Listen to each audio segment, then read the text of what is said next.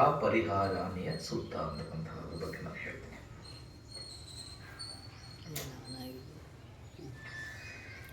ನಮೋ ತಸ್ಸ ಭಗವತು ಅರ್ಹತು ಸಮ್ಮಾ ಸಂಬುದ್ಧಸ್ಸ. ಬುದ್ಧ ಧಮ್ಮ ಸಂಘ ಪ್ರಯತ್ನಗಳಿಗೆ ನಮಿಸುತ್ತಾ ಪರಮ ಪೂಜ್ಯ ಬೋಧಿಸತ್ವ ಡಾಕ್ಟರ್ ಬಾಬಾ ಸಾಹೇಬ್ ಅಂಬೇಡ್ಕರ್ ಅವರ ಪಾದಗಳಿಗೆ ನಮಿಸುತ್ತಾ ಎಲ್ಲ ಧಮ್ಮ ಬಂಧುಗಳಿಗೆ ಇವತ್ತಿನ ಕಾರ್ಯಕ್ರಮಕ್ಕೆ ಸ್ವಾಗತವನ್ನು ಕೋರುತ್ತಾ ಇವತ್ತಿನ ಧಮ್ಮ ಚರ್ಚೆಯನ್ನು ನಾವು ಸ್ಟಾರ್ಟ್ ಮಾಡೋಣ. ಅಂಗುತ್ತರ ನಿಕಾಯ ಚತುರ್ಕ ನಿಪಾತದ ಚಕ್ರವರ್ಗದಿಂದ ತೆಗೆದುಕೊಂಡಿದ್ದೀನಿ ಅಕ್ಷೀಣ ಸೂಕ್ತ ಅಥವಾ ಅಪರಿಹಾರನೀಯ ಸೂಕ್ತ. ಒಮ್ಮೆ ಭಗವಾನ್ ಬುದ್ಧರು ಜೇತವನ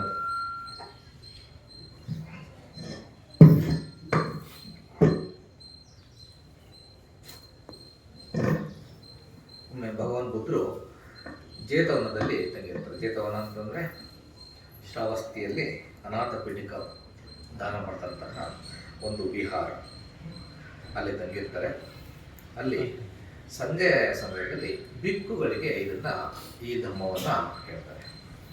ಓಕೆ, ಏನು ಈ ಧಮ್ಮ? ಅಕ್ಷೀಣ. ಕ್ಷೀಣ ಅಂತಂದ್ರೆ ಏನು? ಕಡಿಮೆ. ಆ ಕ್ಷೀಣ ಅಂದರೆ ಯಾವುದು ಕಡಿಮೆ ಆಗೋದಿಲ್ವೋ ಅದು ಕ್ಷೀಣ ಅಂದರೆ ಯಾವುದು ಕಡಿಮೆ ಆಗೋದಿಲ್ವೋ. ಓಕೆ, ಅದೇ ಥರ ಅದು ಕನ್ನಡಕ್ಕೆ ಅನುವಾದ ಮಾಡಿದಾಗ ಆ ಪರಿಹಾನೀಯ ಸುತ್ತ ಅಂತ ಯಾವುದು ಕ್ಷೀಣಿಸೋದಿಲ್ವೋ ಅಂತಹದ್ದು. ಆ ಗುಣಗಳು ಯಾರಲ್ಲಿರ್ತವೆ? ಬಿಕ್ಕುಗಳು ಪಾಲಿಸಬೇಕಾಗಿರ್ತಕ್ಕಂತಹ ಕೆಲವು ನಿಯಮಗಳಿದೆ. ಆ ಪರಿಹಾರನೀಯ ಸೂಕ್ತದಲ್ಲಿ ಅದರ ಬಗ್ಗೆ ಹೇಳ್ತಾರೆ. ಆದರೆ ವಿನಯ ಅಲ್ಲ ಇದು. ಅಂದರೆ ವಿನಯ ಸಂಘಕ್ಕೆ ಏನು ವಿನಯ ಇದೆಯಲ್ಲ, 227 ರೂಲ್ಸ್ ಏನಿದಾವಲ್ಲ, ಅದರಲ್ಲೂ ಕೂಡ ಇವೆಲ್ಲ ಸೇರ್ಪಡೆ ಆಗ್ತವೆ. ಆದರೆ ಕಾಮನ್ಲಿ ಒಬ್ಬ ಭಿಕ್ಷು ನಿಬ್ಬಾಣಕ್ಕೆ ಹತ್ತಿರ ಆಗಬೇಕು ಅಂತಂತಂದರೆ ಬೇಸಿಕಲಿ 4 ಪ್ರೈಮರಿ ಥಿಂಗ್ಸ್ ಇದ್ದಾವೆ. 4 ಗುಣಗಳನ್ನು ಆ ಭಿಕ್ಷು ಹೊಂದಿರಬೇಕು. ಆ 4 ಗುಣಗಳೇನು ಅದ್ರ ಬಗ್ಗೆ ಭಗವಾನ್ ಬುದ್ಧರು ಇಲ್ಲಿ ಹೇಳ್ತಾರೆ. ಅಂಗುತ್ತರ ನಿಕಾಯ, ಅಂಗುತ್ತರ ಅಂದರೆ ಸಂಖ್ಯೆಗೆ ಅನುಗುಣವಾಗಿ ಅಂತ. ಓಕೆ, ತುಂಬ ಶಾರ್ಟ್ ಸೂಕ್ತಗಳು. ಅದನ್ನು ಓದಿ ಒಂದ್ಸಲ ಓದಿದ್ರೆ ಅಂದರೆ ತುಂಬ ಸಮಯ ತಗೊಳ್ಳಲ್ಲ. ಒಂದು ಸುತ್ತಕ್ಕೆ ಒಂದು 10 ನಿಮಿಷದಿಂದ 15 ನಿಮಿಷ ತಗೋಬೋದು. ಅದನ್ನು ರಿಪೀಟೆಡ್ ಆಗಿ ಓದೋದು ಮಾತ್ರ ಅರ್ಥ ಆಗ್ತದೆ. ಓಕೆ, ಯಾವುದು 4 ಗುಣಗಳು, ಯಾವುದು ನಮ್ಮನ್ನು ಕೆಳ ಹಂತಕ್ಕೆ ತೆಗೆದುಕೊಂಡು ಹೋಗದೇ ಇರ್ತಕ್ಕಂತಹ 4 ಗುಣಗಳು ಯಾವುದು, ನಮ್ಮನ್ನು ನಿಬ್ಬಾಣಕ್ಕೆ ಹತ್ತಿರಕ್ಕೆ ತೆಗೆದುಕೊಂಡು ಹೋಗ್ತಕ್ಕಂತಹ 4 ಗುಣಗಳು ಯಾವುದು ಅಂತ ಅಂದ್ಬಿಟ್ಟು ಭಗವಾನ್ ಬುದ್ಧರು ಹೇಳ್ತಾರೆ. ಯಾವ ಬಿಕ್ಕು ಸನ್ನಡತೆಯನ್ನು ಹೊಂದಿರ್ತಾರೆ? ಮೊದಲನೇದು ಸನ್ನಡತೆ. ಅದನ್ನು ನಾನು ನೆಕ್ಸ್ಟ್ ಸನ್ನಡತೆ ಅಂತಂದ್ರೆ ಏನು ಅಂತ ಅಂದ್ಬಿಟ್ಟು ನೆಕ್ಸ್ಟ್ ಹೇಳ್ತೀನಿ. ಎರಡನೇದು ಎಲ್ಲ ಇಂದ್ರಿಯಗಳ ಅಂಗಗಳನ್ನು ರಕ್ಷಣೆ ಮಾಡ್ಕೊಂಡಿರ್ತಾರೆ, ಅಂದರೆ ಬೌಂಡ್ರಿ ಹಾಕೊಂಡಿರ್ತಾರೆ, ಕಾಂಪೌಂಡ್ ಹಾಕೊಂಡಿರ್ತಾರೆ. ಓಕೆ, ಮೂರನೇದು ಭೋಜನದಲ್ಲಿ ಅಂದರೆ ಆಹಾರದಲ್ಲಿ ಅವನಿಗೆ ವಿವೇಚನೆಯನ್ನು ಬಳಸ್ತಾನೆ, ಆಹಾರವನ್ನು ಸೇವನೆ ಮಾಡಬೇಕಾದ್ರೆ. ನಾಲ್ಕನೇದು ಯಾವಾಗಲೂ ಕೂಡ ಸತಿಯಿಂದ ಜಾಗ್ರತೆಯಿಂದ ಇರ್ತಾರೆ. ಓಕೆ, ಯಾವಾಗ ನಮ್ಮಲ್ಲಿ ಸನ್ನಡತೆ ಇರ್ತದೋ, ನಮ್ಮ ಇಂದ್ರಿಯಗಳನ್ನು ನಾವು ಸಂರಕ್ಷಣೆ ಮಾಡ್ಕೊಳ್ತೀವೋ, ಮತ್ತು ನಮ್ಮ ಆಹಾರದಲ್ಲಿ ನಮಗೆ ಲಿಮಿಟ್ ಇರ್ತದೋ, ಮತ್ತು ಯಾವಾಗ ನಾವು ಜಾಗೃತರಾಗಿರ್ತೀವೋ ಆವಾಗ ನಾವು ಕೆಳಗಡೆ ಹೋಗ್ತೀವೋ ಮೇಲೆ ಹೋಗ್ತೀವೋ? ಅದು ನಮ್ಮನ್ನು ಕೆಳಗಡೆ ಹೋಗ್ಲಿಕ್ಕೆ ತೆಗೆದುಕೊಂಡು ಹೋಗ್ಲಿಕ್ಕೆ ಸಾಧ್ಯತೆ ಇದೆಯಾ? ಹಾಗಾದರೆ ಸನ್ನಡತೆ ಅಂತಂದರೆ ಏನು? ಭಗವಾನ್ ಬುದ್ಧರು ಹೇಳ್ತಕ್ಕಂತಹ ಸನ್ನಡತೆ, ಬಿಕ್ಕುಗಳ ಸನ್ನಡತೆ ಅಂತಂದರೆ ಅವ್ರಿಗೆ 227 ನಿಯಮಗಳಿದೆ. ನಿಮಗೆ ಗೊತ್ತಿದೆ ಬಿಕ್ಕುಗಳಿಗೆ. ಅದೇ ಹಾಗೆಯೇ ಬಿಕ್ಕುಣಿಯರಿಗೆ 310 ನಿಯಮಗಳಿದೆ. ಇಲ್ಲಿ ಒಬ್ಬ ಬಿಕ್ಕುಗಳು ಸದ್ಗುಣಶೀಲರಾಗಿರ್ತಾರೆ. ಅವರು ಪಾತಿಮುಖವನ್ನು ಸ್ಟ್ರಿಕ್ಟಾಗಿ ಫಾಲೋ ಮಾಡ್ತಾರೆ. ಪಾತಿಮುಖ ಶೀಲ ಅಂತ ಕೇಳಿದಿರಲ್ವಾ? ಪಾತಿಮುಖ ಶೀಲ ಅಂತಂದರೆ ಬಿಕ್ಕುಗಳಿರ್ತಕ್ಕಂತಹ 227 ಶೀಲಗಳನ್ನು ಅವರು ತುಂಬ ಶ್ರದ್ಧೆಯಿಂದ ಫಾಲೋ ಮಾಡ್ತಾರೆ. ಮೊದಲನೇ. ಹಾಗೆಯೇ ಉತ್ತಮ ನಡತೆಯನ್ನು ಹೊಂದಿದ್ದು ಅವರು ಸನ್ನಡತೆಯನ್ನೇ ಆಶ್ರಯಿಸ್ತಾರೆ. ಅಂದರೆ ಉತ್ತಮ ನಡತೆ ಅಂದರೆ ಈ ಶೀಲಗಳನ್ನು ಕಂಪ್ಲೀಟಾಗಿ ತಮ್ಮಲ್ಲೇ ಅದನ್ನು ಜೀರ್ಣಿಸ್ಕೊಂಡು ಅದನ್ನು ಬಿಟ್ಟು ಅವರು ಬೇರೆ ಬದುಕೇ ಇಲ್ಲ. ಅದು ನ್ಯಾಚುರಲ್. ನಮಗೆ ನಾವೆಲ್ಲ ಪಂಚಶೀಲಗಳನ್ನ ತೆಗೆದುಕೊಳ್ತೀವಿ. ಪಂಚಶೀಲಗಳನ್ನ ತೆಗೆದುಕೊಂಡಿದ್ದೀವಲ್ವಾ, ಹಾಗಾಗಿ ಅದನ್ನು ಪದೇ ಪದೇ ನೆನಪು ಮಾಡಿಕೊಂಡು ನಾವು ಅದನ್ನು ಪಾಲನೆ ಮಾಡಲಿಕ್ಕೆ ಪ್ರಯತ್ನ ಪಡ್ತೀವಿ. ಆದರೆ ಭಿಕ್ಕುಗಳಲ್ಲಿ ಯಾರು ಅದೇ ಅವರ ಜೀವನ ಆಗಿರ್ತದೆ, ಈ ಶೀಲಗಳೇ ಅವರ ಜೀವನ ಆಗಿರ್ತದೆ. ಆ ಥರ ಅವರು ಫಾಲೋ ಮಾಡ್ತಾರೆ. ಒಂದು ವೇಳೆ ಏನಾದರೂ ಶೀಲವನ್ನು ನೋಡಿದ್ರೆ, ಕಣ್ಣಿನಿಂದ ನೋಟದಲ್ಲಿ ಅಥವಾ ಕಾಯವಾಚ ಮನಸ್ಸು, ಶೀಲವನ್ನು ಕಾಯವಾಚ ಮನಸ್ಸು ನಾವು ಕಂಪ್ಲೀಟಾಗಿ ಫಾಲೋ ಮಾಡಬೇಕು. ಕಣ್ಣಿನಿಂದ ತಪ್ಪಾದಾಗ ಅದನ್ನು ಇಮ್ಮಿಡಿಯೇಟಾಗಿ ರೆಕಗ್ನೈಸ್ ಮಾಡ್ತಾರೆ. ಓ ಇದಾಯಿತು, ಮತ್ತೆ ಅದ್ರ ಮೇಲೆ ಪಶ್ಚಾತ್ತಾಪ ಪಡೋದಲ್ಲ, ಅದನ್ನು ಅರ್ಥ ಮಾಡ್ಕೋಬೇಕು. ಇದನ್ನು ಮತ್ತೆ ನಾನು ಮಾಡೋದಿಲ್ಲ, ಅದನ್ನು ಅಲ್ಲಿಗೆ ಹೋಗಲಿ ಬಿಡು ಅಂತ ಬಿಡಬೇಕು. ಮತ್ತು ಅದನ್ನು ಆಗದೇ ಇರೋ ರೀತಿಯಲ್ಲಿ ಅವರು ನೋಡ್ಕೋಬೇಕು. ಮತ್ತು ತರಬೇತಿಯ ನಿಯಮಗಳನ್ನು ಅರಿತು ತಮ್ಮನ್ನೇ ತಾವು ತರಬೇತಿ ಅಂದರೆ ಪ್ರಾಂಪ್ಟಾಗಿ ಪ್ರಾಕ್ಟೀಸ್ನಲ್ಲಿ ಬೆಳೆಸ್ತಾ ಹೋಗ್ತಾರೆ. ಯಾವ ಥರ ತರಬೇತಿ? ಭಿಕ್ಕುಗಳು ಯಾವ ಥರ ತರಬೇತಿ ಮಾಡ್ಕೋಬೇಕು? ಅವ್ರದ್ದು ಲೈಫ್ ತುಂಬ ಸಿಂಪಲ್ ಅಲ್ವಾ? ನಾವು ಹೇಳಲಿಕ್ಕೆ ಸಿಂಪಲ್. ಕೂತ್ಕೊಳ್ಳಿ, ನೀವು 5 ನಿಮಿಷ ಮೆಡಿಟೇಷನ್ ಮಾಡಿ. ನೀವು 1 ನಿಮಿಷ ಮೆಡಿಟೇಷನಲ್ಲಿ ಎಷ್ಟೆಲ್ಲ ಯೋಚನೆಗಳು ಬರ್ತವೆ, ಬರ್ತಾವಲ್ವಾ? ನಾವು ಜಾಗೃತ ಭಾವವನ್ನು ಜಾಸ್ತಿ ಮಾಡಬೇಕು ಅಂತಂದರೆ 1 ನಿಮಿಷದಲ್ಲಿ ನಮಗೆ ಸಾವಿರಾರು ಯೋಚನೆಗಳು ಬಂದುಬಿಟ್ಟಿರ್ತವೆ. ಅಂಥದ್ರಲ್ಲಿ ಅವರು ಜಾಗೃತ ಭಾವವನ್ನು ಅಂದರೆ ಸನ್ನಡತೆಯನ್ನು ಇಂಪ್ರೂವ್ ಮಾಡಬೇಕು ಅಂತಂದರೆ ಅವರು ಪ್ರತಿ ಕ್ಷಣ ಜಾಗರೂಕರಾಗಬೇಕು. ಎಲ್ಲವನ್ನು ಪದಮುಖ ಶೀಲವನ್ನು ಕಾಪಾಡ್ಕೋಬೇಕು ಅಂತಂದರೆ ಅವರು ರೂಲ್ಸ್ನ ಸ್ಟ್ರಿಕ್ಟಾಗಿ ಫಾಲೋ ಮಾಡಬೇಕು. ಆಗಷ್ಟೇ ಅವರು ಸನ್ನಡತೆ ಅಂದರೆ ಒಳ್ಳೆಯ ಮಾರ್ಗದಲ್ಲಿ, ಶೀಲವನ್ನು ಯಾರು ಫಾಲೋ ಮಾಡ್ತಾರೆ ಅವರು ಒಳ್ಳೆಯ ಮಾರ್ಗದಲ್ಲಿ ನಡೀತಾರಲ್ವ. ಯಾವೊಬ್ಬ ವ್ಯಕ್ತಿ 1 ದಿನ ಪಂಚಶೀಲಗಳನ್ನು ಕಂಪ್ಲೀಟಾಗಿ ಫಾಲೋ ಮಾಡ್ತಾನೋ ಅವನು 100 ಜನ್ಮಗಳು ಯಾವುದೇ ರೀತಿ ಶೀಲವಿಲ್ಲದ ಜೀವನವನ್ನು ನಾವು ಜೀವಿಸೋದಕ್ಕಿಂತ 1 ದಿನ ಶೀಲವಂತನಾಗಿ ಬದುಕಿದ್ರೆ ಅದು ಅದಕ್ಕಿಂತ ಉತ್ತಮ ಅಂತಕ್ಕಂಥದ್ದನ್ನು ಭಗವಾನ್ ಬುದ್ಧ ಒಂದು ಕಡೆ ಹೇಳ್ತಾರೆ. ಓಕೆ, ಸೊ ಹಾಗಾಗಿ ಶೀಲಗಳನ್ನು ಯಾರು ಫಾಲೋ ಮಾಡ್ತಾರೆ ಅವರು ಸನ್ನಡತೆಯನ್ನು, ಶೀಲವನ್ನು ಫಾಲೋ ಮಾಡೋರು ಶೀಲಗಳದ್ದು ಬೆನಿಫಿಟ್ಸ್ ಗೊತ್ತಲ್ಲ ನಮಗೆ. ಈಗಲೇ ಇಲ್ಲೇ ಫಲ ಸಿಗ್ತದೆ. ನೀವು ಸಂತೋಷವಾಗಿರ್ತೀರ, ನಿಮ್ಮ ಸರೌಂಡಿಂಗ್ ಸಂತೋಷವಾಗಿರ್ತದೆ, ನಿಮ್ಮನ್ನು ಎಲ್ಲ ಜನಗಳು ಇಷ್ಟಪಡ್ತಾರೆ, ನೀವು ಉನ್ನತ ಸ್ತರದಲ್ಲಿ ಜೀವಿಸ್ತೀರ. ಓಕೆ, ಅದರ ಫಲವನ್ನು ಇಲ್ಲೇ ನಾವು ಅನುಭವಿಸ್ಬೋದು. ಓಕೆ, ಅದು ಮೊದಲನೇದು. ಎರಡನೇದು ಇಂದ್ರಿಯಗಳನ್ನು ನಿಗ್ರಹ ಮಾಡ್ತಕ್ಕಂಥದ್ದು. ಹೇಗೆ ಇಂದ್ರಿಯಗಳನ್ನು ರಕ್ಷಣೆ ಮಾಡೋದು? ಕಣ್ಣಿನಿಂದ ಯಾವುದೇ ಒಂದು ರೂಪವನ್ನು ನೋಡ್ತೀವಿ ಅಂದ್ಕೊಳ್ಳಿ. ಕಣ್ಣಿದೆ, ನಾವು ಕಣ್ಣನ್ನು ಮುಚ್ಚಿಡ್ಲಿಕ್ಕಾಗೋದಿಲ್ಲ, ಕಾಂಟ್ಯಾಕ್ಟ್ ಆಗೇ ಆಗುತ್ತೆ ಅಲ್ವಾ? ಕಾಂಟ್ಯಾಕ್ಟ್ ಆದ ತಕ್ಷಣ ನಮ್ಮ ಮನಸ್ಸು ಏನು ಮಾಡುತ್ತೆ? ಅದರಿಂದ ಒಂದು ಪ್ರಪಂಚವನ್ನು ಕ್ರಿಯೇಟ್ ಮಾಡ್ತದೆ, ಸೃಷ್ಟಿ ಮಾಡಿಬಿಡುತ್ತೆ. ಅದು ಒಳ್ಳೆಯದು ಕೆಟ್ಟದ್ದು ಈ ಥರ ಅದು ನಮ್ಮ ಮನಸ್ಸು ಸೃಷ್ಟಿ ಮಾಡ್ತಕ್ಕಂಥದ್ದು. ಆದರೆ ಆ ವಸ್ತು ಆಗಲಿ ಆ ವಿಷಯವಾಗಲಿ ಅದು ಆ ಥರ ಇರೋದಿಲ್ಲ. ಅದರ ಗುಣಧರ್ಮಗಳನ್ನು ನಾವು ಜಡ್ಜ್ ಮಾಡ್ಬೋದು. ನಾವು ವೆರಿ ನೆಕ್ಸ್ಟ್ ಮೂಮೆಂಟು ನಮ್ಮ ಕಣ್ಣು ಅಥವಾ ವಾಸನೆ ಅಥವಾ ಮೂಗಿನಿಂದ ವಾಸನೆ, ನಾಲಿಗೆಯಿಂದ ರುಚಿ, ಹಾಗೆ ಕಿವಿಯಿಂದ ಶಬ್ದ, ದೇಹದಿಂದ ಸ್ಪರ್ಶ, ಇವುಗಳನ್ನು ಯಾವಾಗ ಒಂದು ವಸ್ತುಗಳ ಜೊತೆ ವಿಷಯಗಳ ಜೊತೆ ಕಾಂಟ್ಯಾಕ್ಟ್ ಆಗುತ್ತೋ ನಾವು ಪ್ರಪಂಚವನ್ನು ಕ್ರಿಯೇಟ್ ಮಾಡ್ತಾ ಇದ್ದೀವಿ, ಅದರಿಂದಲೇ ಹೋಗ್ತಾ ಇದ್ದೀವಿ. ಆದರೆ ಅವುಗಳ ಗುಣಧರ್ಮಗಳನ್ನು ಜಡ್ಜ್ ಮಾಡ್ತಕ್ಕಂಥದ್ದನ್ನು ನಾವು ಬಿಡಬೇಕು. ಆಗಷ್ಟೇ ನಮ್ಮ ಇಂದ್ರಿಯಗಳನ್ನು ನಿಗ್ರಹ ಮಾಡಲಿಕ್ಕೆ ಸಾಧ್ಯ. ಅವುಗಳ ಗುಣಧರ್ಮಗಳನ್ನು ಯಥಾರ್ಥವಾಗಿ ನೋಡಬೇಕು. ಅದು ಒಂದು ವಸ್ತು ಇದೆ, ಓಕೆ, ಅದನ್ನು ನೋಡ್ತಾರೆ. ಅವುಗಳ ಆಕಾರ ಮತ್ತು ಗುಣಧರ್ಮಗಳನ್ನು ಗ್ರಹಿಸಬಾರ್ದು. ಓಕೆ, ಒಂದು ವೇಳೆ ಕಣ್ಣಿನಲ್ಲಿ ನಿಯಂತ್ರಣವಿಲ್ಲದೆ ನಾವು ಯಾವುದಾದ್ರು ಅಹಿತಕರ ಕಾಮನೆಗಳನ್ನು ಅಂದರೆ ನಮ್ಮ ಕಣ್ಣಿನ ಮೇಲೆ ನಮಗೆ ನಿಯಂತ್ರಣ ಇಲ್ಲ ಅಂತಂದರೆ ನಾವು ಜಡ್ಜ್ ಮಾಡ್ತೀವಲ್ಲ, ಆವಾಗ ಏನಾಗುತ್ತೆ? ನಮ್ಮ ಮನಸ್ಸಿನಲ್ಲಿ ಅಹಿತಕರ ಕಾಮನೆಗಳು ಮತ್ತು ಮನಸ್ಸು ಒಳ್ಳೆದಿತ್ತು ಅಂತಂತಂದರೆ ಪ್ರಫುಲ್ಲಗೊಳ್ಳುತ್ತೆ, ಇಲ್ಲ ಅಂತಂದರೆ ಡಿಪ್ರೆಷನ್ ಹೋಗುತ್ತೆ. ಓ ಬೇಡ ಬೇಡ ಬೇಡ ವೆರಿ ನೆಕ್ಸ್ಟ್ ಮೂಮೆಂಟು ಅಲ್ವಾ? ಹಾಗಾಗಿ ಯಾವಾಗ ನಮ್ಮ ದೃಷ್ಟಿಯನ್ನು ಅಂದರೆ ಇಂದ್ರಿಯ ನಿಗ್ರಹವನ್ನು ಮಾಡ್ತೀವೋ ಆಗ ನಾವು ಸತ್ಯಕ್ಕನುಸಾರವಾಗಿ ನೋಡ್ತಾ ಹೋಗ್ತೀವಿ. ಅದೇ ರೀತಿ ಕಿವಿಯಿಂದ ಧ್ವನಿಯನ್ನು ಆಲಿಸಿದಾಗ ಅವುಗಳ ಗುಣಲಕ್ಷಣಗಳ ಹಿಂದೆ ಹೋಗಬಾರ್ದು. ಇದು ತುಂಬ ಇಂಪಾಗಿದೆ, ತುಂಬ ಕೆಟ್ಟದಾಗಿದೆ, ಕರ್ಕಶವಾಗಿದೆ, ಅದರ ಗುಣಗಳ ಹಿಂದೆ ನಾವು ಹೋಗ್ತಕ್ಕಂಥದ್ದನ್ನ ಬೇಕು. ಶಬ್ದ ಇದೆ, ಆ ಶಬ್ದವನ್ನು ಆಲಿಸ್ಬೇಕು. ಹೌದು, ಬರ್ತಾ ಇದೆ, ಹೋಗ್ತದೆ. ಓಕೆ, ಅದನ್ನು ನಾವು ಗಮನಿಸ್ತಾ ಹೋಗಬೇಕು. ಓಕೆ, ನೆಕ್ಸ್ಟು ಆಹಾರದ ವಿಚಾರಕ್ಕೆ ಬಂದಾಗ ಕೆಲವೊಂದು ಡೀಟೇಲನ್ನು ಕೂಡ ನಾನು ಹೇಳ್ತೇನೆ. ಓಕೆ, ಅದೇ ರೀತಿ ನಮ್ಮ ಮನಸ್ಸಿದೆ. ಮನಸ್ಸಿಗೂ ಕೂಡ ಪ್ರತಿ ಕ್ಷಣ ಒಂದಲ್ಲ ಒಂದು ವಿಷಯ ವಸ್ತುಗಳು ಬರ್ತಾ ಇರ್ತವೆ ಅಲ್ವಾ, ಅವೇ ಚಿತ್ತಚೇತಸಿಗಳು. ಅವುಗಳನ್ನು ಕೂಡ ನಾವು ಯಥಾರ್ಥವಾಗಿ ಗಮನಿಸಬೇಕು. ಅದರಲ್ಲೂ ಕೂಡ ಕ್ಲಾಸಿಫೈ ಮಾಡಿ ನಾವು ಇದು ಒಳ್ಳೆಯದು, ಇದು ಕೆಟ್ಟದ್ದು, ಇದು ಬೇಕು, ಇದು ಬೇಡ ಅಂತ ಅಂದ್ಬಿಟ್ಟು ಅದರಿಂದ ಹೋಗ್ತಾ ಇರ್ತೀವಿ. ಅದನ್ನು ಬಿಡು. ಯಾಕೆಂದರೆ ಯಾವುದೇ ವಸ್ತು ಇರಲಿ, ವಿಷಯ ಇರಲಿ, ಪರ್ಮನೆಂಟ್ ಅಲ್ಲ, ಅವು ಬದಲಾವಣೆಯ ನಿಯಮಕ್ಕೆ ಒಳಗಾಗ್ತೀವಿ. ದ ಮೂಮೆಂಟ್ ನೀವು ಯಾವಾಗ ಅದರ ಹಿಂದೆ ಓಡಲಿ ಸ್ಟಾರ್ಟ್ ಆಗ್ತಿರೋ, ಅದರ ವೆರಿ ನೆಕ್ಸ್ಟ್ ಮೂಮೆಂಟ್ ಅದು ಬದಲಾಗಿರುತ್ತೆ. ಅದನ್ನು ನಾವು ಗಮನಿಸ್ತಾ ಹೋಗಬೇಕು.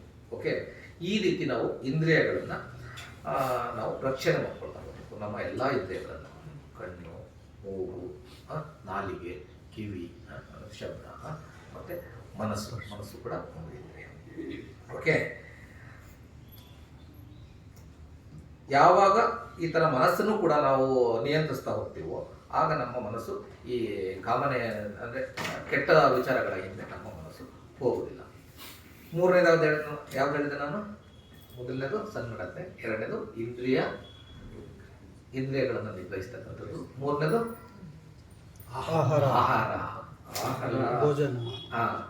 ಆಹಾರ ನಿಗ್ರಹ ಬಹಳ ಇಂಪಾರ್ಟೆಂಟ್. ಹೌದಾ ಅಲ್ವಾ? ನಾವು ಯಾವುದು ರುಚಿ ಕಾಣ್ತೋ ಅದರಿಂದ ನಾವು ಹೋಗ್ತಾ ಇರ್ತೀವಿ, ಓಡ್ತಾ ಇರ್ತೀವಿ, ಬೇಕು ಬೇಕು ಬೇಕು ಬೇಕು ಅಂತ ಅಲ್ವಾ. ಆಹಾರವನ್ನು ನಾವು ಯಾಕೆ ಸೇವನೆ ಮಾಡ್ತೀವಿ? ನಮ್ಮದಲ್ಲಿ ಈಗ ಕೇಳ್ತಾ ಇದ್ದೀರಾ, ಈಗ ಗೊತ್ತಾಗ್ತಾ ಇದೆ. ಬಟ್ ನಾವು ಕಾಮನ್ ಆಗಿ ಜನಗಳು ಆಹಾರವನ್ನು ಸೇವನೆ ಮಾಡ್ಬೇಕಾದ್ರೆ ಏನಿರ್ತದೆ? ರುಚಿ ನೋಡ್ತಾ ಹೋಗ್ತೀವಿ. ಆಹಾರವನ್ನು ಸೇವನೆ ಮಾಡಬೇಕಾದ್ರೆ ಧರ್ಮದಲ್ಲಿರ್ತಕ್ಕಂಥವರು ಅದನ್ನು ಸತ್ಯಕ್ಕನುಸಾರವಾಗಿ ಫಸ್ಟ್ ನೋಡ್ಬೇಕು. ಫಸ್ಟ್ ಆಹಾರ ನಮ್ಮ ಮುಂದೆ ಬಂದಾಗ ನಾವು ಫಸ್ಟ್ ಕೃತಜ್ಞತೆಯನ್ನು ಸಲ್ಲಿಸ್ಬೇಕು. ಆಹಾರ ಹಾಗೆ ಬರಲಿಲ್ಲ ಅಲ್ವಾ, ಅದ್ರ ಹಿಂದೆ ಸಾವಿರಾರು ಕೈಗಳ ಕೆಲಸ ಮಾಡಿದ್ದಾರೆ, ಸಾವಿರಾರು ಜೀವಿಗಳು ಕೆಲಸ ಮಾಡಿದ್ದಾರೆ. ಅದನ್ನು ಉತ್ತಿ ಬಿತ್ತಿ ಕಳೆ ಕಿತ್ತು ಅದನ್ನು ನೆಕ್ಸ್ಟು ಬೆಳೆದು ಕಟಾವು ಮಾಡಿ ಅದನ್ನೆಲ್ಲ ಬಿಡಿಸಿ ಪ್ರೊಸೆಸ್ ಮಾಡಿ ಪ್ಯಾಕ್ ಮಾಡಿ ಪಾಲಿಶ್ ಮಾಡಿ ಪ್ಯಾಕ್ ಮಾಡಿ ಮಾರ್ಕೆಟ್ ಬಂದು, ಮಾರ್ಕೆಟಿಂದ ತೆಗೆದುಕೊಂಡು ಬಂದು ನೀವು ಮನೆಗೆ ತಗೊಬಂದು ಅದನ್ನು ವಾಶ್ ಮಾಡಿ ಅದನ್ನು ಯಾವುದೋ ಕಂಟೆಂಟ್ನ ಮಸಾಲೆಗಳನ್ನ ಇಷ್ಟಿಷ್ಟೇ ಪ್ರಮಾಣದಲ್ಲಿ ಹಾಕಿ ಬೇಯಿಸಿ ಎಷ್ಟು ಸಾವಿರಾರು ಕೈಗಳ ಕೆಲಸ ಮಾಡ್ತಾರೆ. ಫಸ್ಟ್ ಥಿಂಗ್ ನಾವು ಅವರೆಲ್ಲರಿಗೂ ಕೂಡ ಕೃತಜ್ಞತೆಯನ್ನು ಸಲ್ಲಿಸಬೇಕು. ಓಕೆ, ಸುಮ್ಮನೆ ಬರಲಿಲ್ಲ. ಯಾಕೆ ಕೃತಜ್ಞತೆ ಸಲ್ಲಿಸಬೇಕು? ಆಹಾರ ಸೇವಿಸ್ತಾ ಇರ್ತಕ್ಕಂಥದ್ದು ನಮ್ಮ ನಾಲಿಗೆ ರುಚಿಗೋಸ್ಕರ ಅಲ್ಲ, ನಮ್ಮ ಸಂತೋಷಕ್ಕೋಸ್ಕರನೂ ಕೂಡ ಅಲ್ಲ.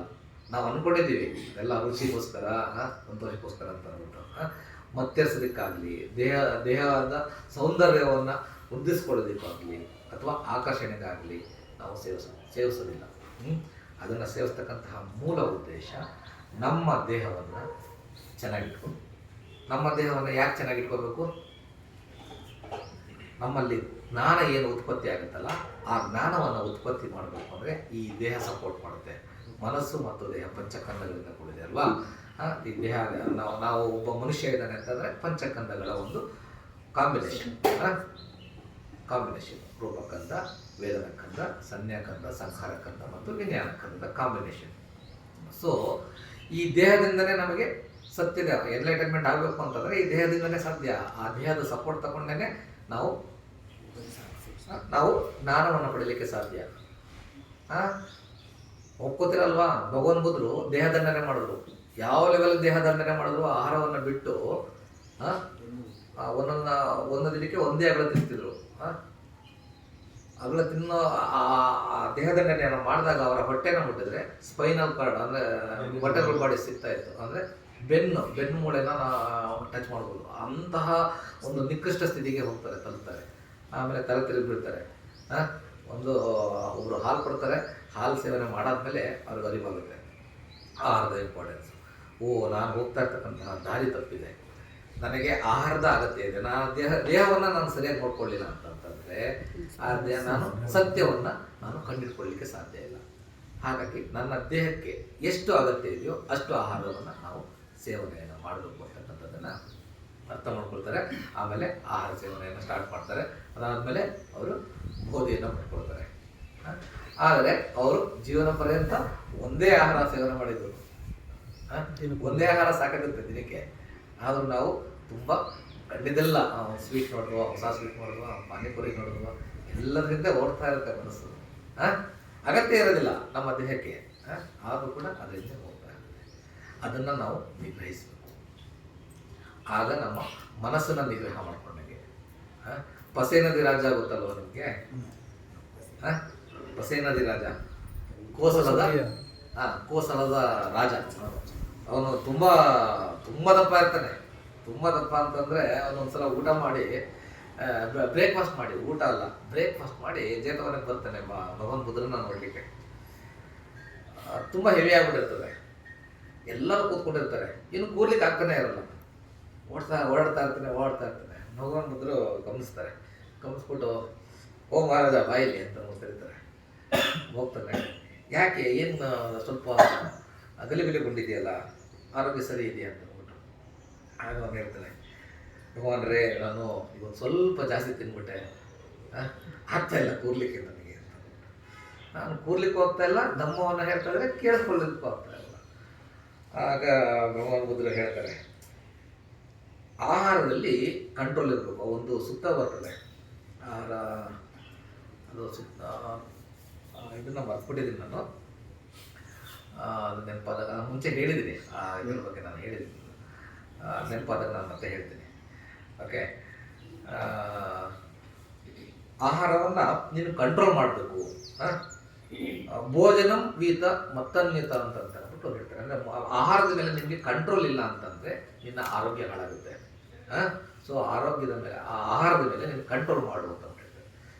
ಆಗ ನಗ್ತಾ ಹೇಳ್ತಾರೆ, ನಾನು ಕಂಟ್ರೋಲ್ ಮಾಡೋಕ್ಕಾಗಲ್ಲ ಅವರು ಅಂತಾರೆ, ನೀವೇ ಏನಾದರೂ ಮಾಡಿ ಅಂತ.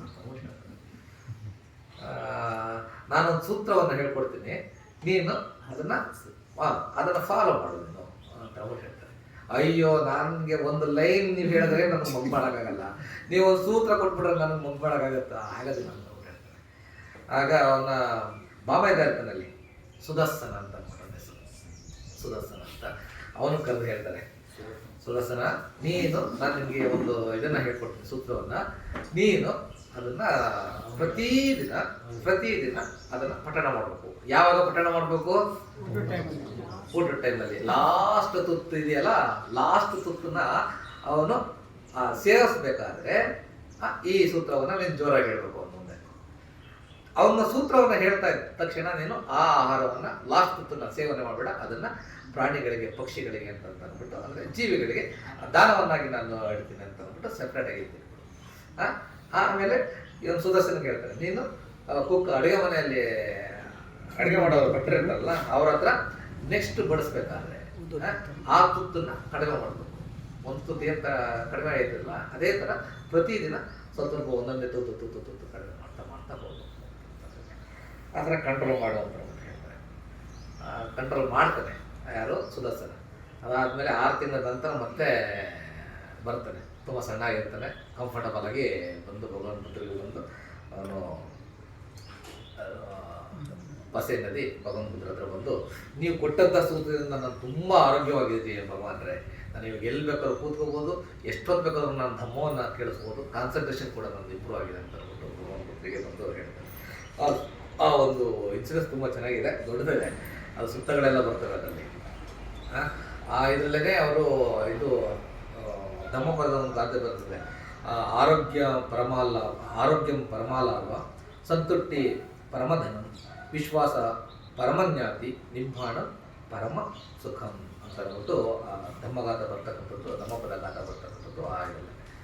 ಆರೋಗ್ಯವೇ ಎಲ್ಲರಿಗಿಂತ ಮಿಗಿಲಾದಂತಹ, ಎಲ್ಲದಕ್ಕಿಂತ ಮಿಗಿಲಾದಂತಹ ಲಾಭ ಅಂತಂದರೆ ಆರೋಗ್ಯ. ನಮ್ಮ ಆರೋಗ್ಯ ಚೆನ್ನಾಗಿತ್ತು ಅಂತಂದರೆ ನಾವೆಲ್ಲವನ್ನೂ ಮಾಡ್ಬೋದು. ಓಕೆ, ಎರಡನೇದು ಸಂತುಷ್ಟಿ ಪರಮಧನ, ಪ್ರಪಂಚದಲ್ಲಿರ್ತಕ್ಕಂತಹ ಎಲ್ಲ ಧನ ಸಂಪತ್ತಿಗಿಂತ ಸಂತೃಪ್ತಿ ಇರ್ತಕ್ಕಂತಹದ್ದು ಅತ್ಯಂತ ಶ್ರೇಷ್ಠ. ನೀವು ಅಲ್ಪವೇ ಇದ್ರೂ ಕೂಡ ಅದರಲ್ಲಿ ಸಂತೃಪ್ತರಾಗಿದ್ದರೆ ಎಷ್ಟು ಕೋಟಿ ಇಟ್ಕೊಂಡು ನೀವು ತೃಪ್ತಿ ಇಲ್ಲದೆ ಇರ್ತಂತಹ ಒಂದು ಜೀವನಕ್ಕಿಂತ ಮಿಗಿಲಾಗುತ್ತೆ. ಎರಡನೇದು ವಿಶ್ವಾಸ ಪರಮಜ್ಞಾತಿ ಅಂತಾರೆ, ವಿಶ್ವಾಸವೇ ಎಲ್ಲ ಬಂಧುಗಳಿಗಿಂತ ಶ್ರೇಷ್ಠವಾದಂಥ, ಓಕೆ, ಎಲ್ಲ ಬಂಧುಗಳಿಗಿಂತ ಶ್ರೇಷ್ಠವಾದಂಥ ಟ್ರಸ್ಟ್. ಓಕೆ, ಮತ್ತು ನಿಬ್ಬಾಣ ಪರಮ ಸುಖ, ಎಲ್ಲ ಸುಖಗಳಿಗಿಂತ ನಿಬ್ಬಾಣ ಸುಖ ಅಂತ ಶ್ರೇಷ್ಠವಾದ. ನಿಬ್ಬಾಣ ಅಂತಂದರೆ ಎಲ್ಲ ಕ್ಲೇಶಗಳಿಂದ ಮುಕ್ತಿ ಹೊಂದೋದು. Enlightened state of mind. Okay, ಇದನ್ನ ಧಮ್ಮಪದ ಘಾತವನ್ನು ಆಗಿ ಹೇಳಿದ್ದಾರೆ. ಸೊ ಆಹಾರವನ್ನು ನಾವು ಸೇವನೆ ಮಾಡಬೇಕಾದ್ರೆ ಬಹಳ ಎಚ್ಚರಿಕೆಯಿಂದ ನಾವು ಸೇವನೆ ಮಾಡಬೇಕು. ಆಹಾರದಲ್ಲಿ ಎಷ್ಟು ಟೈಪ್ ಇದೆ? ಭಗವಂತರು ಹೇಳ್ತಕ್ಕಂಥದ್ದು 4 ಟೈಪ್ ಇದೆ. ಮೊದಲನೇದು ಕಬಳಿಕ ಆಹಾರ, ಇನ್ನು 3 ಕಬಳಿಕ ಆಹಾರ ನಾವೆಲ್ಲ ಏನು ಸೇವನೆ ಮಾಡ್ತೀವಲ್ಲ, ಮೆಟೀರಿಯಲ್ಸ್, ಅವು ಕಬಳಿಕ ಆಹಾರ. ಇನ್ನ 3 ಇದಾವಲ್ಲ, ಅದು ಮನಸ್ಸಿನ ಆಹಾರಗಳು. ನಾವೀಗೇನೆಲ್ಲ ಸೇವನೆ ಮಾಡ್ತಾ ಇದೀವಲ್ಲ, ಇದು ಮನಸ್ಸಿನ ಆಹಾರ. ಮನಸ್ಸಿನ ಆಹಾರಗಳು 3 ಥರ ಇರುತ್ತೆ. ಯಾವ್ಯಾವುದು? ಒಂದು ವೇದನ, ಎರಡನೇದು ಫಸ್ಸ ಅಂದರೆ ಸ್ಪರ್ಶ, ಮೂರನೇದು ವಿನ್ಯಾಸ. ಓಕೆ, ಗೊತ್ತಾಯ್ತಲ್ವಾ? ಫಸ್ಟ್ ವೇದನ, ವೇದನ ಫಸ್ಸ ಅದೇ ಫಸ್ಸ ಅಂತಂದ್ರೆ ಅದ್ರ ವೇದನೆ ಇದ್ದಲ್ಲ. ಎರಡನೇದು ಮನೋಸಂಚೇತನ. ಓಕೆ, ಮನೋಸಂಚೇತನ. ಮೂರನೇದು ವಿಜ್ಞಾನ. ವೇದನ ಅಂತಂತಂದ್ರೆ ಫಸ್ಸ ಅಂದ್ರೆ ಸ್ಪರ್ಶ ಆಗ್ತದಲ್ಲ. ನಾನು ಕೂತ್ಕೊಂಡಿದ್ದೀವಿ, ಅದು ಸ್ಪರ್ಶ ಆಯಿತು, ಒಂದು ನೋವು ಬಂತು ಅಂದರೆ ಅದು ಇಮಿಡಿಯೇಟಾಗಿ ಏನು ಮಾಡ್ತದೆ? ಮನಸ್ಸಿಗೆ ಹೇಳ್ತದೆ, ಮನಸ್ಸು ರಿಯಾಕ್ಟ್ ಮಾಡ್ತದೆ. ಅದು ಅದು ಯಾವುದೇ ಫೀಲಿಂಗ್ಸ್ ಆದ್ರೂ ಕೂಡ ಅದು ಒಂದು ಮನಸ್ಸಿಗೆ ಆಹಾರ. ಯಾವ ಥರ? ಮನಸ್ಸು ಯಾವಾಗಲೂ ಕೂಡ ಈ ಫಸ್ಟ್ ಆಗಬೇಕು ಅಂತಂದರೆ 3 ಸ್ಥಿತಿಗಳು. ಮೊದಲನೇದು ಒಂದು ಇಂದ್ರಿಯ ಇರಬೇಕು. ಆಗಲೇ ಒಂದು ಕಣ್ಣಿನಿಂದ ಕಣ್ಣಿರ್ಬೇಕು, ಫಸ್ಟು ಚೆನ್ನಾಗಿರ್ಬೇಕು ಆರೋಗ್ಯವಾಗಿ. ಇನ್ನೊಂದು ವಸ್ತು ಇರಬೇಕು, ಅವೆರಡು ಕಾಂಟ್ಯಾಕ್ಟ್ ಆಗಬೇಕು. ಆ ಸ್ಪರ್ಶ ಆದಾಗ ಮಾತ್ರ ಮನಸ್ಸು ಸ್ಟಿಮ್ಯುಲೇಟ್ ಆಗುತ್ತೆ. ಇವಾಗ ವಸ್ತುನೂ ಇದೆ, ಇಂದ್ರಿಯನೂ ಇದೆ, ಆದರೆ ಅವೆರಡು ಕಾಂಟ್ಯಾಕ್ಟ್ ಆಗಲಿಲ್ಲ ಅಂದರೆ ಮನಸ್ಸಿಗೆ ಆಹಾರ ಸಿಗೋದಿಲ್ಲ. ಗೊತ್ತಾಯ್ತಲ್ವ? ಈಗ ವಸ್ತು ಇದೆ, ಈಗ ಇಷ್ಟೊಂದು ಜನ ಇದ್ದಾರೆ, ಇಷ್ಟೋ ಜನ ನಾನು ಕಟ್ಟಿ ಒಂದೇ ಇದರಲ್ಲಿ ನೋಡ್ಲಿಕ್ಕೆ ಆಗುತ್ತಾ? ಇಲ್ಲೇ ಇದೆ, ಒಂದೇ ಸಲಿಗೆ ನಾನು ನೇರವಾಗಿ ನೋಡ್ತಾ ಇದ್ದೀನಿ, ಸೈಡ್ ಅವ್ರು ಮಿಸ್ ಆಗ್ತಾರೆ. ಅವರಿಲ್ಲ ಅಂದ್ಬಿಟ್ಟಲ್ಲ, ಆದರೆ ಕಾಂಟ್ಯಾಕ್ಟ್ ಆಗಲಿಲ್ಲ ಅಂತಂದರೆ ಅದು ನಮ್ಮ ಮನಸ್ಸಿಗೆ ತಲುಪೋದಿಲ್ಲ. ಮನೋಸಂಚೇತನ ಅಂತಂದರೆ, ಚೇತನ ಅಂತಂತಂದರೆ ಇಚ್ಛೆ. ನಾವೇನೆಲ್ಲ ಇಚ್ಛೆ ಪಡ್ತೀವಲ್ಲ ಅದು ಕೂಡ ಮನಸ್ಸಿಗೆ ಆಹಾರ. ಓಕೆ, ಅದರ ಬೇಸಿಸ್ ಮೇಲೆ ಮನಸ್ಸು ರಿಯಾಕ್ಟ್ ಮಾಡ್ತಾ ಹೋಗುತ್ತೆ, ಮತ್ತು ಒಂದು ಪ್ರಪಂಚವನ್ನು ಕ್ರಿಯೇಟ್ ಮಾಡ್ತಾ ಹೋಗ್ತದೆ. ಚೇತನ ಅಹಂಬಿಕ್ಕವೇ ಕಮ್ಮಂ ವದಾಮಿ. ಈ ಚೇತನ ಅಂದರೆ ಇಂಟೆನ್ಷನ್ನೇ ನಮ್ಮ ಕಮ್ಮಗಳನ್ನು ಮಾಡಲಿಕ್ಕೆ ಮೂಲವಾದಂತಹದ್ದು. ಓಕೆ, ಮನೋಸಂಚೇತನ ಅಂದರೆ ಮನಸ್ಸಿನ ಇಚ್ಛೆ, ಅದೇ ಕಮ್ಮಕ್ಕೆ ಅಂದರೆ ಕೆಲಸಕ್ಕೆ ಆಹಾರ ಆಗ್ತದೆ. ಓಕೆ, ಮೂರನೇದು ವಿಜ್ಞಾನ ಆಹಾರ ಅಂತಂದರೆ, ವಿಜ್ಞಾನ ಅಂತಂದರೆ ಬೇಸಿಕಲಿ ಚಿತ್ತಗಳು. ಓಕೆ, ಚಿತ್ತಗಳು ಅಂದರೆ ನಮ್ಮ ಮನಸ್ಸು ಚಿತ್ತಗಳ ಸರಣಿ. ಪ್ರತಿ ಕ್ಷಣ ಚಿತ್ತಗಳ ಉತ್ಪತ್ತಿ ಆಗ್ತಾ ಇದೆ, ನಾಶ ಆಗ್ತಾ ಇದೆ. ನಮ್ಮ ಮನಸ್ಸು ಯಾವುದಕ್ಕೆ ಕಂಡೀಷನ್ ಆಗುತ್ತೆ ಅದನ್ನು ಕ್ಯಾಚ್ ಮಾಡುತ್ತೆ, ಅದರಿಂದ ಹೋಗುತ್ತೆ. ಓಕೆ, ಇವು 3 ಮನಸ್ಸಿನ ಆಹಾರಗಳು. ಓಕೆ, ಅದೇ ರೀತಿ ಚಿತ್ತದ ಸರಣಿ ಇದೆಯಲ್ಲ, ನಾವು ಸತ್ತ ತಕ್ಷಣ ಕ್ಲೋಸ್ ಆಗೋದಿಲ್ಲ ಅಲ್ವಾ? ಅದು ಆ ಚಿತ್ತದ ಸರಣಿ ಕಂಟಿನ್ಯೂ ಆಗುತ್ತೆ. ಕೊನೆಯ ಚಿತ್ತ ಏನು ಉತ್ಪತ್ತಿ ಆಯ್ತಲ್ಲ, ಅದು ನೆಕ್ಸ್ಟ್ ಚಿತ್ತಕ್ಕೆ ಕಾರಣ ಆಗುತ್ತೆ. ಓಕೆ, ಆ ಚಿತ್ತ ಅದರ ನೆಕ್ಸ್ಟ್ ಚಿತ್ತಕ್ಕೆ ಕಾರಣ ಆಗುತ್ತೆ. ಆ ಚಿತ್ತ ನೆಕ್ಸ್ಟ್ ಚಿತ್ತಕ್ಕೆ ಕಾರಣ ಅಂದರೆ ಅದು ಆಹಾರ ಆಗ್ತಾ ಹೋಗುತ್ತೆ. ಗೊತ್ತಾಯ್ತಲ್ವಾ? ಈ ಥರ 4 ರೀತಿಯ ಆಹಾರಗಳಿದ್ದಾವೆ. ನಾವು ಮನಸ್ಸಿನ ಆಹಾರಗಳು ಮತ್ತು ಕಬಳಿಕ ಆಹಾರ ಎರಡನ್ನೂ ಕೂಡ ನಾವು ಕಂಟ್ರೋಲ್ ಇಟ್ಕೋಬೇಕು. ಕಂಟ್ರೋಲ್ ಇಟ್ಕೊಳ್ಳಿಲ್ಲ ಅಂತಂದರೆ ಮತ್ತೆ ನಾವು ಕೆಳಗಡೆ ಹೋಗ್ತಾ ಇರ್ತೀವಿ. ನಾವು ಹೇಳ್ತಾ ಇರ್ತಕ್ಕಂಥದ್ದು ಯಾವುದು? ಆ ಕ್ಷೀಣಿಸುತ್ತ ಅಲ್ವಾ? ಕ್ಷೀಣಿಸದೇ ಇರ್ತಕ್ಕಂಥದ್ದು. ನಾವು ಯಾವಾಗ ಮನಸ್ಸಿನ ಮತ್ತು ಫಿಸಿಕಲ್ ಆಹಾರಗಳನ್ನ ನಾವು ಕಂಟ್ರೋಲ್ ಇಟ್ಕೊಳ್ತೀವೋ ಆಗ ನಮ್ಮ ವೃದ್ಧಿ ನಿಬ್ಬಾಣದ ಕಡೆಗೆ ಜಾಸ್ತಿ ಹೋಗ್ತಾ ಇದ್ದೀವಿ. 4ನೇದು ಯಾವುದು? 4ನೇದು ಸತಿ. ಜಾಗೃತ ಭಾವ. ಜಾಗೃತ ಭಾವವನ್ನು ಹೆಂಗೆ ನಾವು ಕಾಪಾಡ್ಕೋಬೇಕು? ನಾವು ಓಡಾಡಬೇಕಾದ್ರೆ, ಮಲ್ಕೋಬೇಕಾದ್ರೆ, ಆಹಾರವನ್ನು ಸೇವನೆ ಮಾಡಬೇಕಾದ್ರೆ, ಓದಬೇಕಾದ್ರೆ, ಪ್ರತಿಯೊಂದು ಹಿಂದೆ ಹೋಗ್ಬೇಕಾದ್ರೆ, ಮುಂದೆ ಹೋಗ್ಬೇಕಾದ್ರೆ, ಪ್ರತಿ ಕ್ಷಣದಲ್ಲೂ ಕೂಡ ನಾವೇನು ಮಾಡ್ತಾ ಇದ್ದೀವಿ ಅದನ್ನು ಜಾಗೃತ ಭಾವದಿಂದ ನೋಡಬೇಕು. ಓಕೆ, ಯಥಾರ್ಥವಾಗಿ ನೋಡಬೇಕು. ಅದಕ್ಕೆ ಬಣ್ಣ ಕೊಡಬಾರ್ದು. ಅದರಿಂದ ಹೋಗ್ತಕ್ಕಂಥದ್ದು ತಪ್ಪು. ಓಕೆ, ಯಥಾರ್ಥವಾಗಿ ನೋಡಬೇಕು. ಆ ಕ್ಷಣದಲ್ಲಿ ನಾವು ಎಷ್ಟು ಸತ್ಯವನ್ನು ನೋಡ್ತಾ ಹೋಗ್ತೀವಿ ಅಷ್ಟು ನಮ್ಮನ್ನು ಅದು ಪ್ರಜ್ಞೆಯೆಡೆಗೆ ಕರ್ಕೊಂಡು ಹೋಗ್ತಾ ಹೋಗ್ತದೆ. ಓಕೆ, ನಮ್ಮ ಜಾಗೃತ ಭಾವ ಎಷ್ಟು ಹೆಚ್ಚು ಮಾಡ್ತಾ ಹೋಗ್ತೀವೋ ಆಗ ನಮ್ಮಲ್ಲಿ ಈ ಪಂಚ ನಿವರಣಗಳು ಕಡಿಮೆ ಆಗ್ತಾ ಹೋಗ್ತದೆ. ಯಾವುದು ಪಂಚ ನಿವರಣಗಳು? ಕಾಮಚಂದ, ವ್ಯಾಪಾದ, ಥೀನಮಿದ್ದ, ಉದ್ದಚ್ಚ ಕುಕ್ಕುಚ್ಚ, ವಿಚಿಕಿಚ್ಚ. ಕಾಮಚಂದ ಅಂದರೆ ಇಂದ್ರಿಯ ವಸ್ತುಗಳ ಹಿಂದೆ ಹೋಗ್ತಕ್ಕಂಥದ್ದು. ವ್ಯಾಪಾದ ಅಂದರೆ ದ್ವೇಷ. ಥೀನಮಿದ್ದ ಅಂದರೆ ಆಲಸ್ಯತನ. ಮತ್ತು ಉದ್ದಚ್ಚ ಕುಕ್ಕುಚ್ಚ ಅಂದರೆ ಚಂಚಲತೆ, ಚಪಲತೆ. ವಿಚಿಕಿಚ್ಚ ಅಂತಂದರೆ ಸಂದೇಹ, ಸ್ಕೆಪ್ಟಿಕಲ್. ಇವೆಲ್ಲವೂ ಕೂಡ ಕಡಿಮೆ ಆಗ್ತಾ ಹೋಗ್ತದೆ. ನಮ್ಮ ಮನಸ್ಸು ಯಾವಾಗ ಜಾಗೃತವಾಗಿರ್ತದೆ ಆಗ ನೀವು ಅಬ್ಸರ್ವ್ ಮಾಡಿ ಇಂದ್ರಿಯಗಳ ಮೇಲೆ ನಿಗ್ರಹ ಮಾಡ್ಬೋದು. ದ್ವೇಷ ಭಾವನೆಗಳು ಬಂದ ತಕ್ಷಣ ಇದು ದ್ವೇಷ ಚಿತ್ತ, ಹೋಗ್ಲಿ ಬಿಡು ಅಂತ ಹೋಗ್ಬಿಡ್ತೀವಿ ಯಾವಾಗ ನಮ್ಮ ಮನಸ್ಸು ಜಾಗೃತವಾಗಿರುತ್ತೆ. ಥೀನಮಿದ್ದ ಅಂದರೆ ಜಾಗೃತ ಭಾವದಲ್ಲಿ ಆಲಸ್ಯಕ್ಕೆ ಇದು ಪ್ಲೇಸೇ ಇಲ್ಲ. ನಾವು ಎಷ್ಟು ಜಾಗೃತವಾಗಿರ್ತೀವಿ ಅಷ್ಟು ಆಲಸ್ಯತೆನ ನಮ್ಮಿಂದ ದೂರ ಹೋಗುತ್ತೆ. ಮತ್ತು ಉದ್ದಚ್ಚ ಹೋಗುತ್ತೆ, ಚಂಚಲತೆ, ಚಪಲತೆ. ನಾವು ಯಾವಾಗ ಜಾಗೃತವಾಗಿರ್ತೀವಿ ಆಗ ನಮ್ಮ ಮನಸ್ಸು ಚಂಚಲಗೊಳ್ಳೋದಿಲ್ಲ, ತುಂಬ ಪ್ರಶಾಂತವಾಗಿರ್ತದೆ. ಮತ್ತು ಅದೇ ಥರ ವಿಚಿಕಿಚ್ಚ, ನಮ್ಮಲ್ಲಿ ಜಾಗೃತ ಭಾವ ಯಾವಾಗ ಜಾಸ್ತಿ ಆಗಿರ್ತದೆ ಆಗ ನಮ್ಮಲ್ಲಿ ಸ್ಕೆಪ್ಟಿಕಲ್ ಡೌಟ್ಸ್ ಬರೋದಿಲ್ಲ. ಓಕೆ, ಸಂದೇಹಗಳು ಬರ್ತಕ್ಕಂಥದ್ದು ಕಡಿಮೆ ಆಗ್ತಾ ಹೋಗ್ತವೆ. ಸ್ಕೆಪ್ಟಿಕಲ್ ಡೌಟ್ಸ್ ಅಂದರೆ ಬುದ್ಧತ್ವ ಅಂತಕ್ಕಂಥ ಒಂದು ಸ್ಟೇಟ್ ಇದೆಯಾ, ಬುದ್ಧರಿದ್ರ ಧರ್ಮ ಅಂತಕ್ಕಂಥದ್ದು ನಮ್ಮನ್ನು ನಿರ್ಮಾಣಕ್ಕೆ ತೆಗೆದುಕೊಂಡು ಹೋಗ್ತದ, ಈ ಥರದ ಸ್ಕೆಪ್ಟಿಕಲ್. ಸಂಘ ಅಂತಕ್ಕಂಥದ್ದು ನಮ್ಮನ್ನು ಗೈಡ್ ಮಾಡುತ್ತಾ, ಈ ಥರದ ಆಲೋಚನೆಗಳು ನಮ್ಮಲ್ಲಿ ಬರೋದಿಲ್ಲ. ಯಾಕೆಂದರೆ ಅವೆಲ್ಲ ಸತ್ಯಕ್ಕನುಸಾರವಾಗಿದೆ. ಬುದ್ಧರು ಇದ್ದರು, ಬುದ್ಧತ್ವ ಅಂತಕ್ಕಂಥ ಒಂದು ಸ್ಥಿತಿ ಇದೆ, ಅದನ್ನು ನೀವು ಕೂಡ ಅನುಭವಿಸ್ಬೋದು, ಆ ಸ್ಥಿತಿಗೆ ನೀವು ಕೂಡ ತಲುಪ್ಬೋದು. ಬಟ್ ಅದಕ್ಕೆ ನೀವು ವರ್ಕ್ ಮಾಡಬೇಕು, ಧರ್ಮದ ಮಾರ್ಗದಲ್ಲಿ ಕೆಲಸ ಮಾಡಬೇಕು. ಕೆಲಸ ಮಾಡಿದಾಗ ನೀವು ತಲುಪ್ತೀರ. ಹಾಗೆ ಅದನ್ನು ಗೈಡ್ ಮಾಡಲಿಕ್ಕೆ ಸಂಘ ಅಂತಕ್ಕಂಥದ್ದು ನಮ್ಮ ಜೊತೆ ಇದೆ. ಆ ಥರದ ಅವರ ಮೇಲೆ ಸ್ಕೆಪ್ಟಿಕಲ್ ಡೌಟ್ಸು ಕಡಿಮೆ ಆಗ್ತಾ ಹೋಗ್ತದೆ. ಯಾವಾಗ ಈ ಪಂಚ ನಿವರಣಗಳು ಕಡಿಮೆ ಆಗ್ತಾವೋ ಆಗ ನಮ್ಮನ್ನು ಇದು ಧ್ಯಾನದ ಸ್ಥಿತಿಗಳಿಗೆ ತೆಗೆದುಕೊಂಡು ಹೋಗಲಿಕ್ಕೆ ಸ್ಟಾರ್ಟ್ ಮಾಡ್ತಾರೆ. ಜಾಗೃತ ಭಾವ ಹೆಚ್ಚಾದಷ್ಟು ನಮ್ಮನ್ನು ಅದು ಸಮಾಧಿಯಷ್ಟೇ. ಸಮಾಧಿ ಅಂತಂದರೆ ಧ್ಯಾನದಷ್ಟೇ. 4 ಧ್ಯಾನಗಳು ಬರ್ತವೆ, 8 ಧ್ಯಾನಗಳು ಬರ್ತವೆ. ಅದರಲ್ಲಿ 4 ಮೇಯ್ನಾಗಿ ಕ್ಲಾಸಿಫೈ ಮಾಡ್ತಾರೆ. ಅದರಲ್ಲಿ ನಮ್ಮಲ್ಲಿ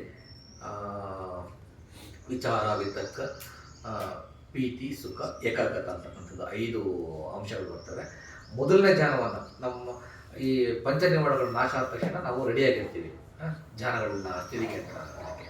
ಜಾಗೃತ ಭಾವವನ್ನು ಇನ್ನೂ ಹೆಚ್ಚು ಮಾಡ್ತಾ ಮಾಡ್ತಾ ಮಾಡ್ತಾ ಆಗ ನಾವು ಮೊದಲನೇ ಧ್ಯಾನ ಎಂಟ್ರಾಗ್ತೀವಿ. ಮೊದಲನೇ ಧ್ಯಾನ ಎಂಟ್ರಾದಾಗ ವಿಚಾರ ಅಂತಂದರೆ ಈ ಸತ್ಯಕ್ಕನುಸಾರವಾದ ವಿಚಾರಗಳು ನಮ್ಮಲ್ಲಿ ಮೂಡಲಿಕ್ಕೆ ಸ್ಟಾರ್ಟ್ ಆಗುತ್ತೆ.